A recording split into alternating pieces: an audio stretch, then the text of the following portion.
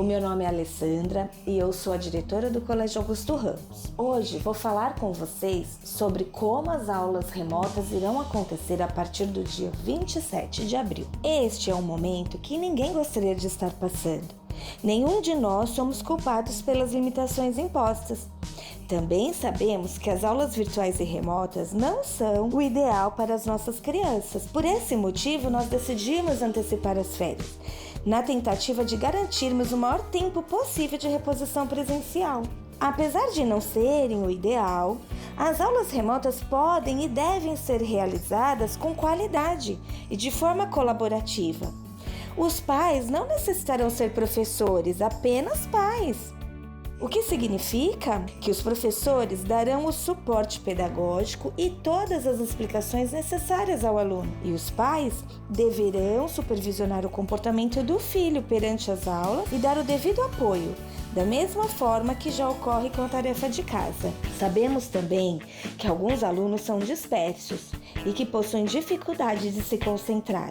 Outros querem brincar na hora de estudar e precisam de limites. Eles não são diferentes na escola e convivemos com este desafio todos os dias. Por isso, para ajudar os pais, decidimos disponibilizar vários meios para que os responsáveis escolham o que melhor se adaptar com a sua disponibilidade diária, pois este acompanhamento será necessário, bem como estabelecer uma rotina mínima, como a hora de dormir, acordar, estudar e brincar.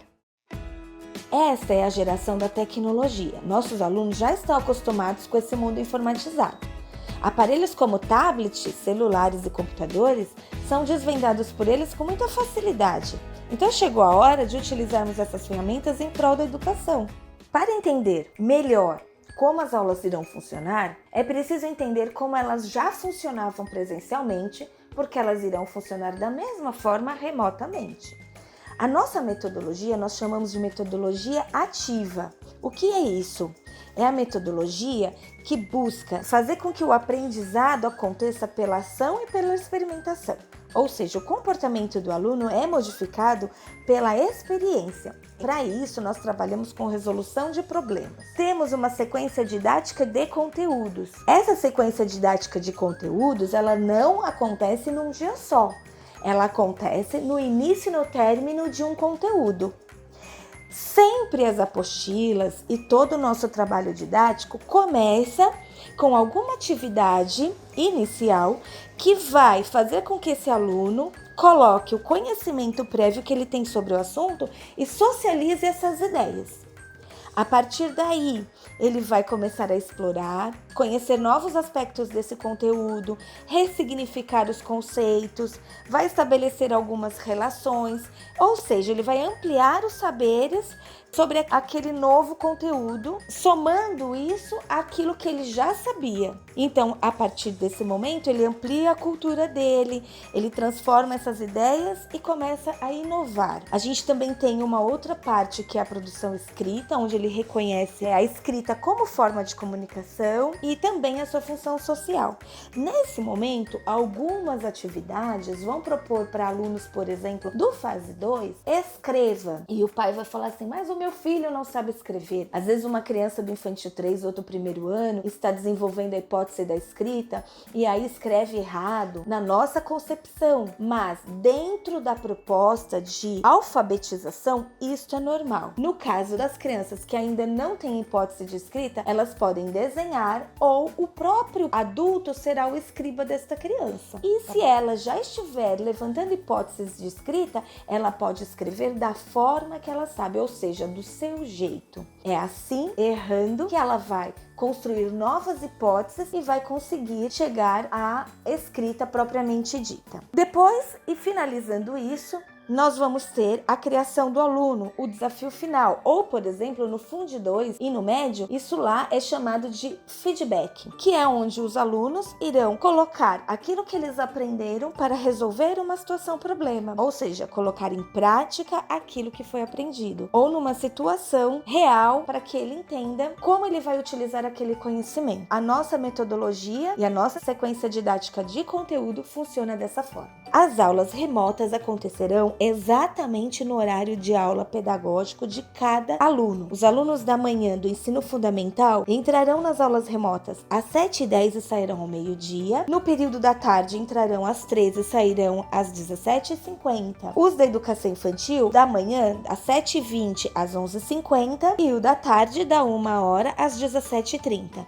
Esses serão os horários das aulas remotas. Como acessar essas plataformas? Tudo que o pai precisa saber é entrar na sala de aula Google. O link das aulas remotas estará lá. As videoaulas serão postadas lá. Então, os pais precisam entrar na sala de aula Google. As atividades estarão lá. Como que ele acessa a sala de aula Google? Eu pego o meu e-mail institucional do Gmail, que a gente mandou para o aluno, coloco lá, acesso este e-mail.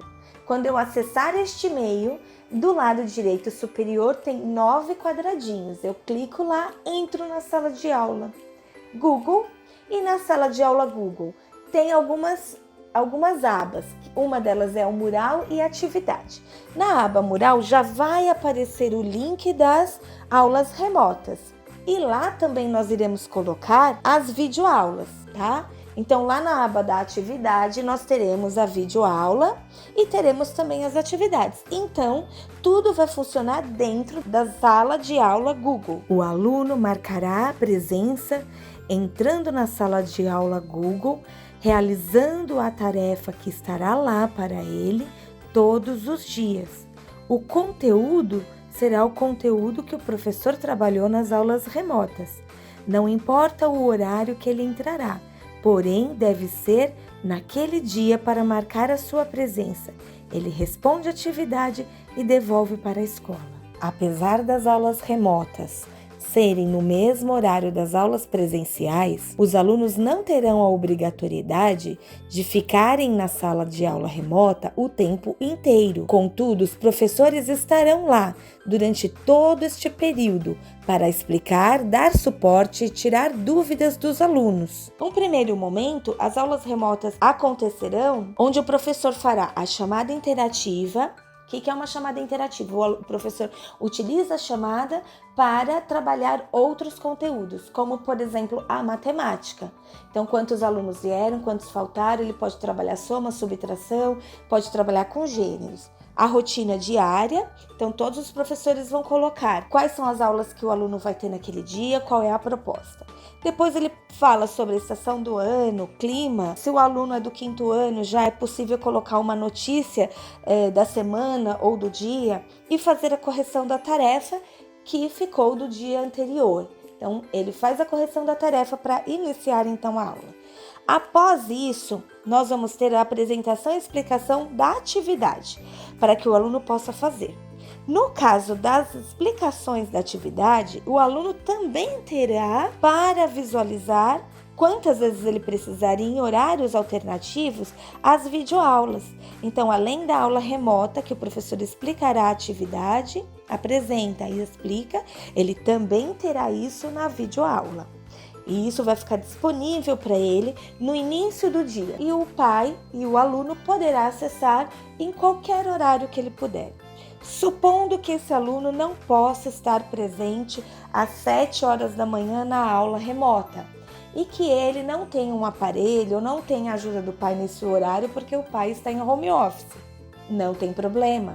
Esta criança, no horário que ela puder, à tarde, no final do dia, ela vai ver qual é a atividade proposta, qual é a videoaula, assistir, fazer a tarefa. Então, o pai que não tem esse tempo durante o dia porque está trabalhando, a criança não tem a obrigatoriedade de entrar na aula remota, porque ele terá todas as explicações através das videoaulas. Depois a gente tem a execução da atividade com apoio online. Então, a partir do momento que a professora explicou e deu a atividade, o aluno fará e o professor continuará lá online para que o aluno, se tiver dúvida e precisar de ajuda, ele possa perguntar na hora e o professor já responder. Assim que terminar uma atividade, o professor poderá passar outra, será da mesma forma que o presencial. Sempre vai finalizar vendo se mais alguém tem dúvida, fazendo as últimas correções, fecha o conteúdo e aí ele passa a lição de casa. Tudo isso vai ser feito em cima das apostilas do objetivo.